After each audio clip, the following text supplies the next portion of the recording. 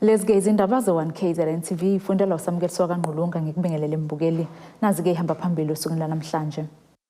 Zizwakele izikhalo zezindlu kwaJikaJoe owezempilo unqunyeleke ugayekatiki kanti-ke libeke kweyokugcina ikhansela lasemhlathuze. Injabulo ekugcineni kwabahlali bakwaJikaJoe behlomula ngezindlu. Lokhu-ke kwenzeke ngesikhathi ungqongqoshe wezokuhlaliswa kwabantu KwaZulu-Natal uSipho Nkosi evula ngokusemthethweni izindlu zahulumeni ezingamaflats ezakhiweke eduze nemjondolo yakwaJikaJoe eMgungundlovu. uNkosi-ke uthi lezi zindlu zizokhokhelwa njalo ngenyanga kanti-ke likhona uhluke oluzohlungwa ngalo abazohlala khona. Uphinde wakuveza ukuthi-ke izindlu zemxhaso zabahlali zizoqala maduze ukwakhiwa njengoba-ke umhlaba usakhonjwa. Alizange liphazamiseke uhlelo lwangqongqoshe zokuhlaliswa kwabantu uSipho Nkosi lokuvula kwezindlu zikahulumeni ezingamaflats endaweni yakwaJikaJoe eMgungundlovu njengoba abahlali bebesabisa. Abahlomule ngalezi zindlu zokuqasha baveze enkulu injabulo. Into engizifice ngaphakathi ebengingazilindele zonke, bengilindele ihholo nje ukuthi ngizongena kusehholo ngiqale phansi, kodwa nje uNkulunkulu emuhle bangixhasile. Angijabule abantwana bami ngumhlola ngibona ukuthi ngizopick up na kuzinto ebezingicindezela kahle kahle landa bekungeyona eyokuthi ngahlala thi. Angijabule ngiswele imigodo kodwa ngithi kuphansi kokuba uJehova uzwile umthandazo wamahamba ochukumisa uhulumeni. Ungqongqoshe wezokuhlaliswa kwabantu KwaZulu-Natal uSipho Nkosi uthe lezi zindlu zingaphezulu kwama400. Besizoqala-ke manje ukubafaka bese kuthi-ke lo muntu oyi-implementing agent uzobafaka-ke bonke abantu. Lezi zindlu ley'la ziningi kakhulu, angazi izindlu ey'ningi kangako kuthiwa ingaphezulu kwama400. Iyona-ke into siwuhulumeni esathi sikhethelwe yona. Singakhohlwa-ke futhi ukuthi uhulumeni njengoba nje siphethe kulelizwe nakulesifundazwe siyi-ANC sihambe enyathelweni zeNkosi uLuthuli owasho ukuthi mase libuyile lelizwe kuyokwakhiwa izindlu zabantu abaphethwele kanzima. Imeya yomasipala uMsunduzi uMzimkhulu Thabola uthe bazoqhubeka nokuzivikela lezi zindlu. Kusithathe iminyaka emibili ukuvikela lezi ndawo. Ukuba sange sivikele isiphelile, nginesiqiniseko ukuthi ngabe sebengenele. Until size sibe ne-100% occupancy ukuthi kungenwe kona wonke lamaflat ase-ready, sizoqinisekisa ukuthi kuphephile. Ngeke kube khona abantu abazongena isinoma kanjani. Of course ukuphepha kwalabo asebengaphakathi ngicabanga unakho kuzoba i-concern. uNkosi uthi amaphaphu phansi ngodaba lezindlu zemxhaso. Sinama-site amabili asefakwe ngisho ama-services la esokwakhela khona abantu abasuka la eJikaJoe okuyibona abangeke baqualify kule rental scheme. And yonke into bayazi futhi nabaholi babo ukuthi sizobakhela eSignal Hill kanye naseThembeni. Iwona ama-site uhulumeni awenzile for bona. Elinye lalama-site leli Signal Hill lingama-kilometer amane ukuphela usuka edrobheni lapha ngaseMeyers Walk kanye naleli linye futhi ngatshelwa-ke mina abaholi babo ukuthi alikho ngaphezulu ka10 kilometers. Kusho ukuthi lento leyenziwa uhulumeni wamabhunu ukusithatha thina usisuse emadolobheni usise kude. Uhulumeni we-ANC sizobaletha abantu eduze nalaba sebenza khona ukuze bangakhokhi kakhulu into zokutravela na yonke leyo nto. Lezi zindlu zizokhokhelwa njalo ngenyanga kanti uhlelo lokufaka abantu ngaphakathi kuzo lusaqhubeka. Ezindabeni ze-1KZNTV ngu-Ayanda Dube ngikwaJikaJoe eMgungundlovu. Inyunyane yabasebenzi bakahulumeni Public Servants Association esifundazweni KwaZulu-Natal isinqumeleke ugayekatiki umnyango wezempilo esifundazweni ukuba-ke uphendule izifuno zabasebenzi esibhedlela iDr. Ikhansela Memorial zingakaphelike izitsuku ezili10. Uphinde-ke ugcwalisa izikhalo ezishodayo zingakaphelike izitsuku ezingama30. Lokhu kuvele ngesikhathi kuqhubeka kombhikisho lenyunyana emagcekeni yalesibhedlela eThekwini. Bavuke umbhejazane babhikisha emagcekeni esibhedlela abasebenzi abangamalungu enyunyana iPSA esibhedlela iPrix.Ikhansela Memorial elokishini uMashu njengoba-ke bekhala phakathi kokunye ngokuhlunyezwa umphathi wabo noseholele ekutheni ababalelwa 10 baqoke ukulaxaza umsebenzi. enye ama-issues kunabantu abasebenza e-laundry, abanye ama-cleaners ba-apply for ama-position, abanye ba-apply level 3. Mabefika la after 6 months sebeyatshela ukuthi kwaba yiliphutha, sebeyabehlisa with no proper engagement. Lapha e-theatre une-problem, sekurizana abantu abawu-10 ngokuthi umetron osebenza khona utreat abantu njengezinja.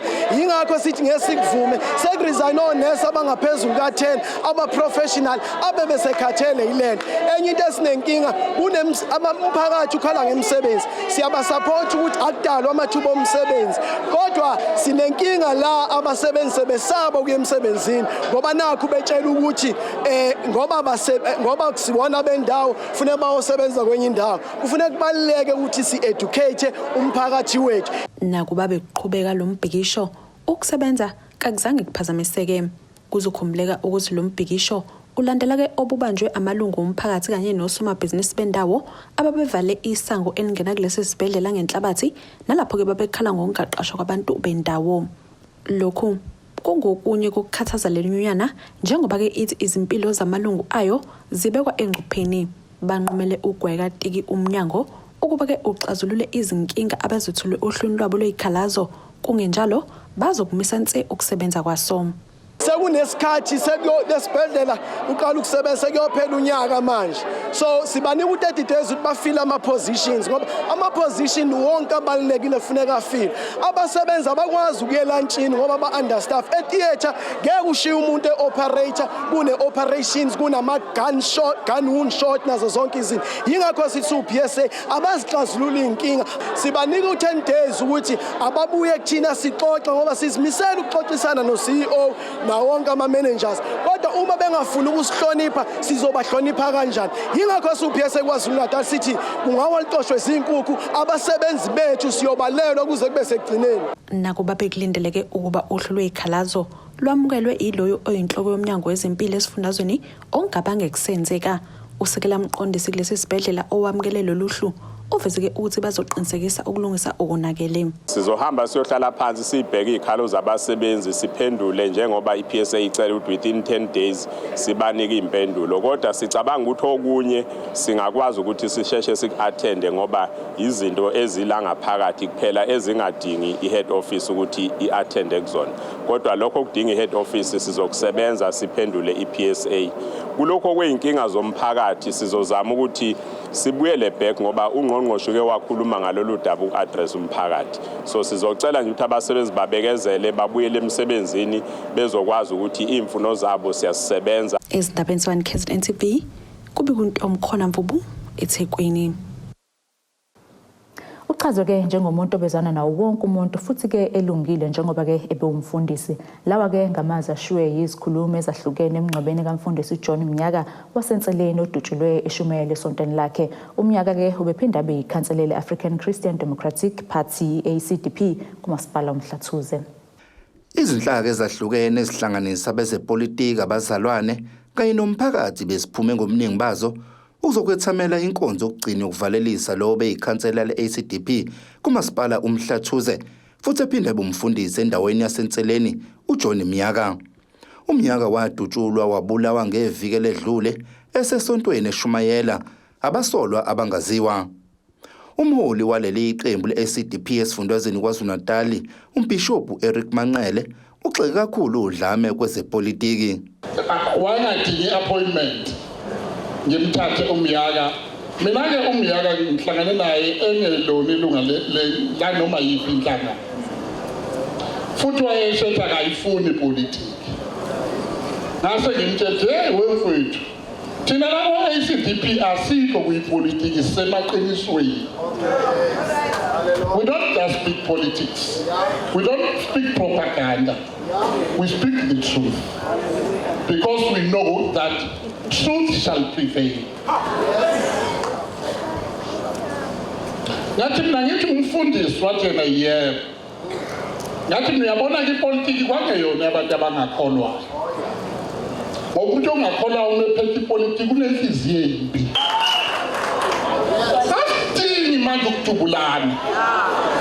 Nomuntu wenzele nje uMnyaka khomthu nenqondo ephophile. Out of fashion.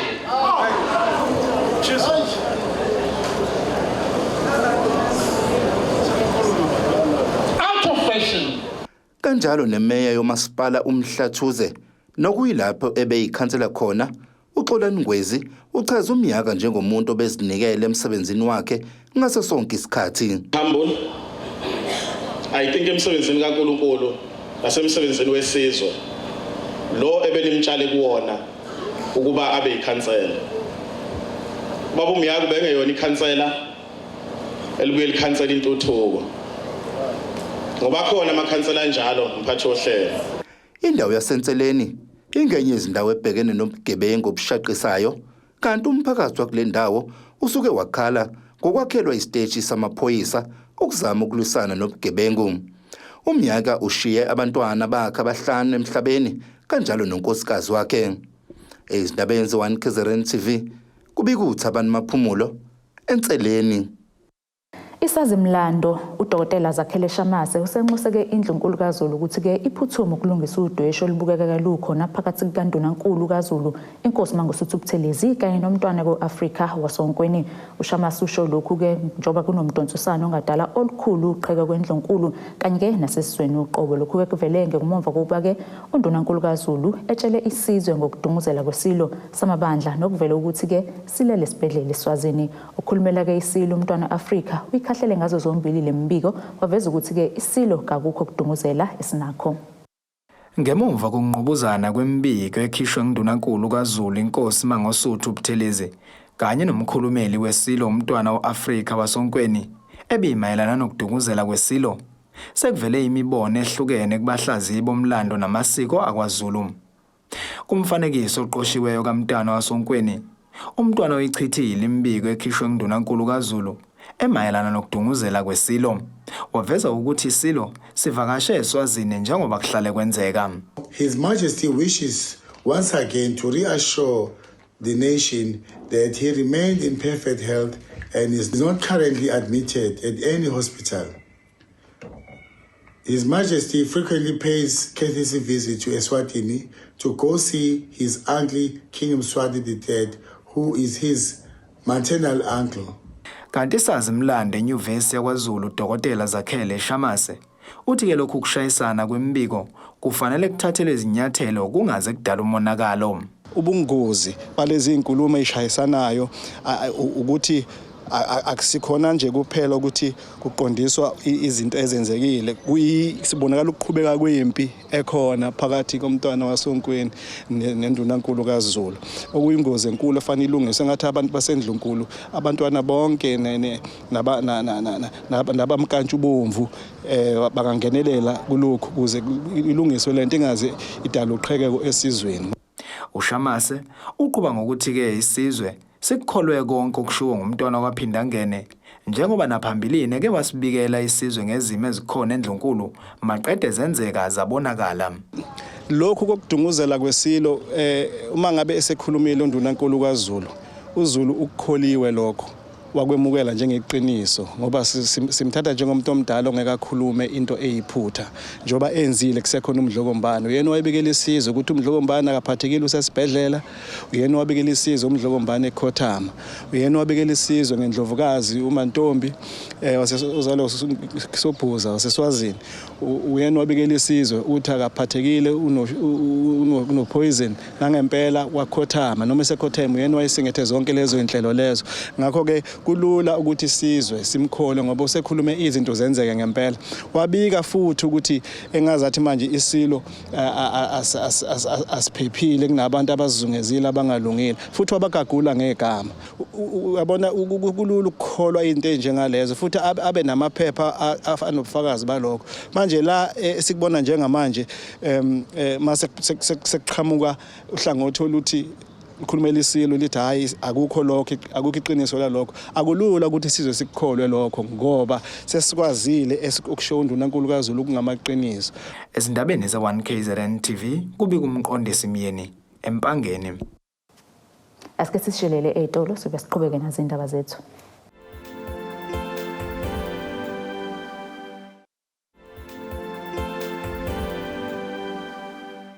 Asikwamukele ke mbukeli ubukele indaba ze1KZNTV nazi ke sithi zona ihamba phambili. Zizwakele izikhalo zezindlu kwajika Joe owezempilo unqunyeleke ugayekatiki kanti-ke libeke kweyokugcina ikhansela lasemhlathuze.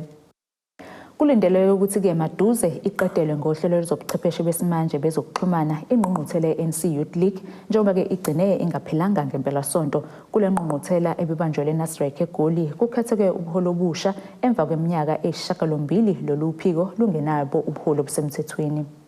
Umengameli we-ANC Youth League uColin Malaji uthi njengoba bengenile abakufunayo ukuthi abantu abasha bameleleke ngendlela efanele eyishaya umthetho zesifundazwe nasephalamende likazwelonke ukuze isikhalazo zabo kuzoba lolu ukukhuluma ngazo kanye nokwakha abaholi bakusasa. Ongumhlaziyi wezepolitiki uthi mningi umsebenzi usahlala lolu phiko ukuze lizokwazi ukuthi lithenjwe abantu abasha baseNingizimu Afrika. Kuzomele sibanike isikhathi to really assess them in terms of the work that they are going to do going forward. Akuzukubalula, they must know that akuzukubalula to regain trust i-Youth League ebinayo kubantu abasha pre-2015. We know that i-ANC Youth League ka-2015 abanye saw it as a proxy of the leadership of the ANC at that time. Nabo komele bebheke ukuthi bengagcina bebukeka ngaleyo ndlela ekutheni bagcine bebonakala as a proxy yabantu abalida i-ANC at the time, because lokho kuzokwenza ukuthi izwi labo linqunteke lingezwakali kahle ikakhulukazi makukhunywa izitweni zabantu abasha. Eqhubeka iphawula lomhlaziyi uthi lobu buholi busanomgodi abawumbela uJulius Malema oyengumengameli walolu phiko njengoba kusolwa ukuthi wahamba nosomqulu walolu phiko ukuyosungula iqembu lakhe i-EFF. Ephawula ngalokho uzikalala uthi maningi amagalela abasengabasebenzisa abaholi be-ANC bangaphambilini lolu phiko olusengasebenzisa wona ukuze luzokwazi ukuthenjwa luphinde libe nesithunzi. This is why abanye bethu will propose that in the archive of the ANC Youth League, in terms of its former leaders, they have characters that they can rebuild the Youth League upon. You either choose the Malusi Gigaba way, as you have called it, of young statesmen who are built around the idea. Because Malusi didn't have much fanfare about leadership here.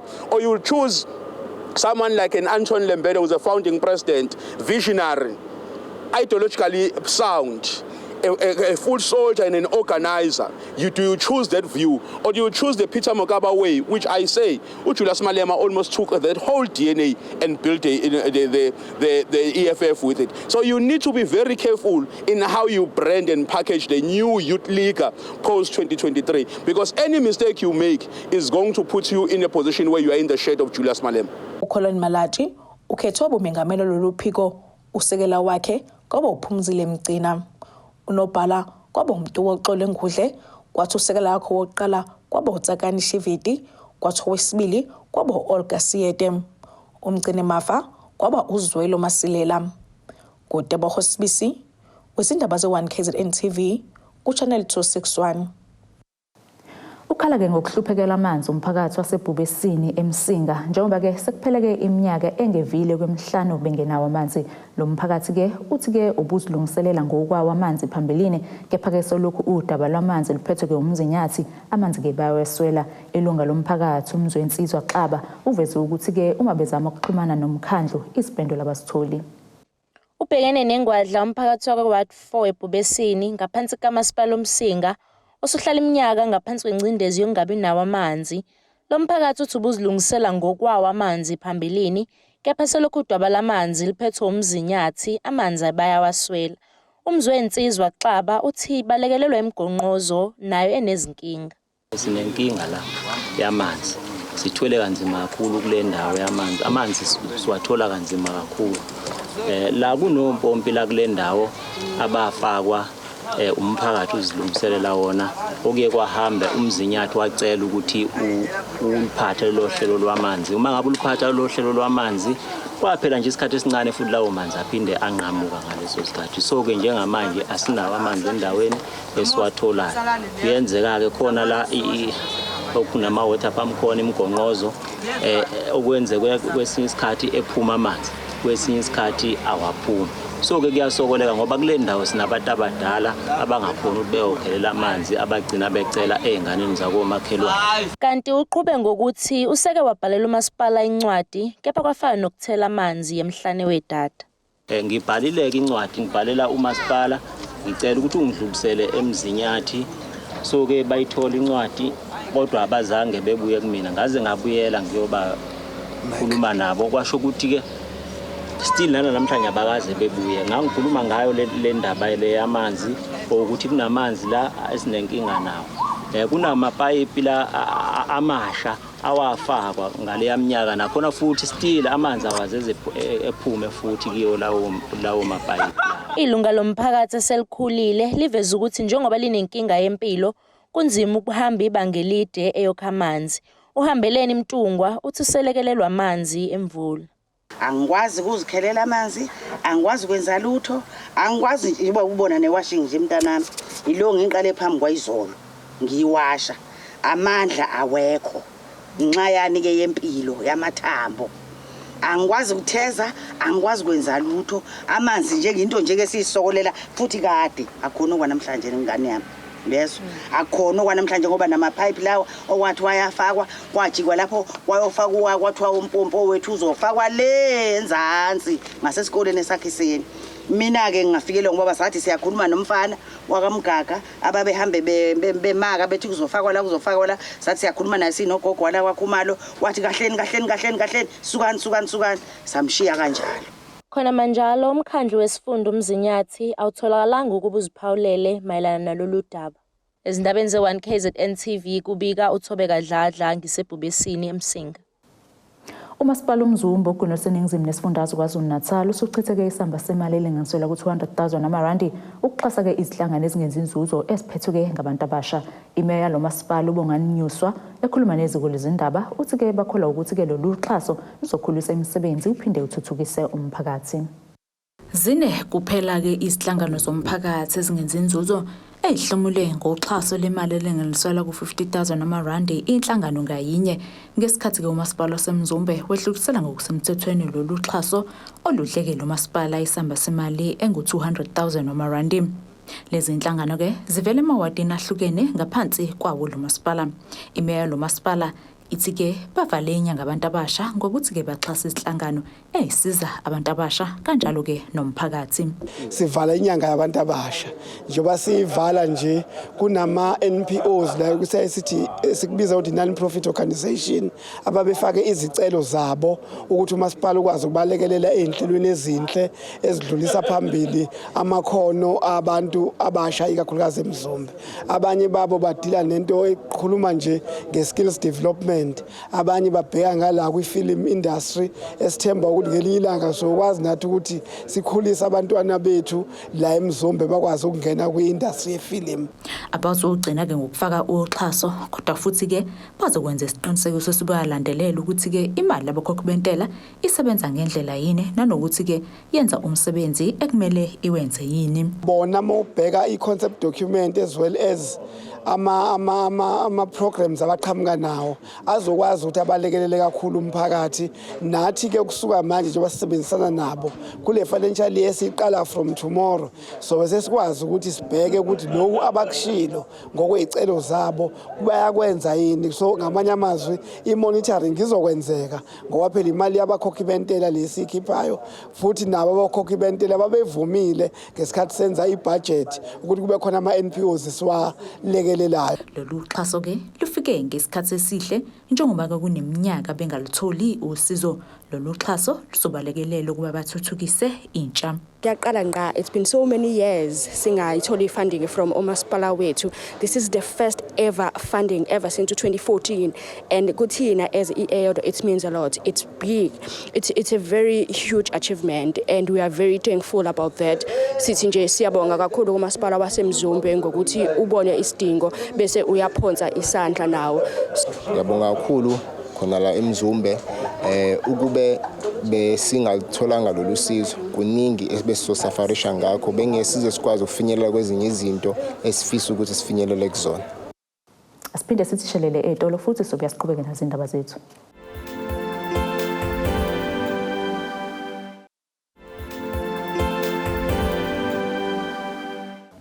Mangabe usabukela indaba ze1KZNTV nazi ke besithe yizona ehamba phambili. Zizwakele izikhalo zezindlu kwaJikaJoe owezempilo unqunyeleke ugayekatiki kanti ke libeke kweyokugcina ikhansela lasemhlathuze. Ake sibheke engosini yezomnotho.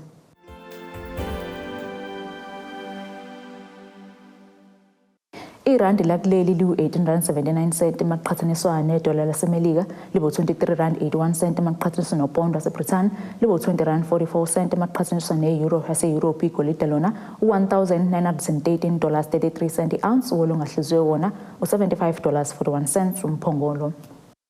Ake sibheke engosini yezemidlalo.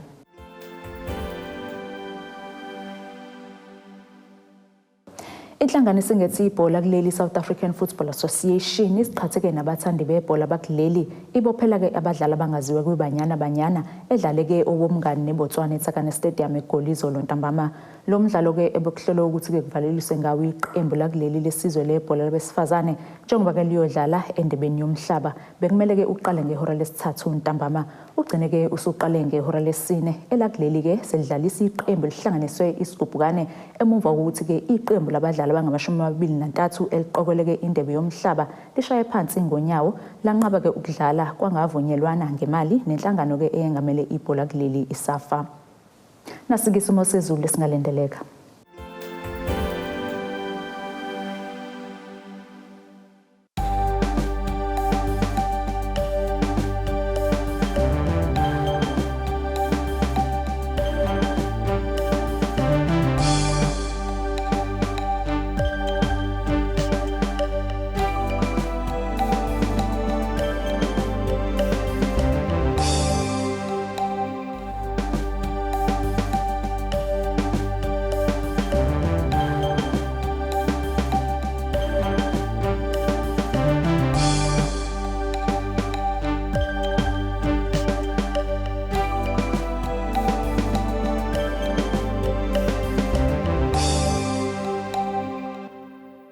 Bukeleke ziyaguqa bese kuphathelwe zona usuku namhlanje. Mina nabahlangane kusasa futhi ngasesikhathi esifanayo. Nisale kahle emakhaya.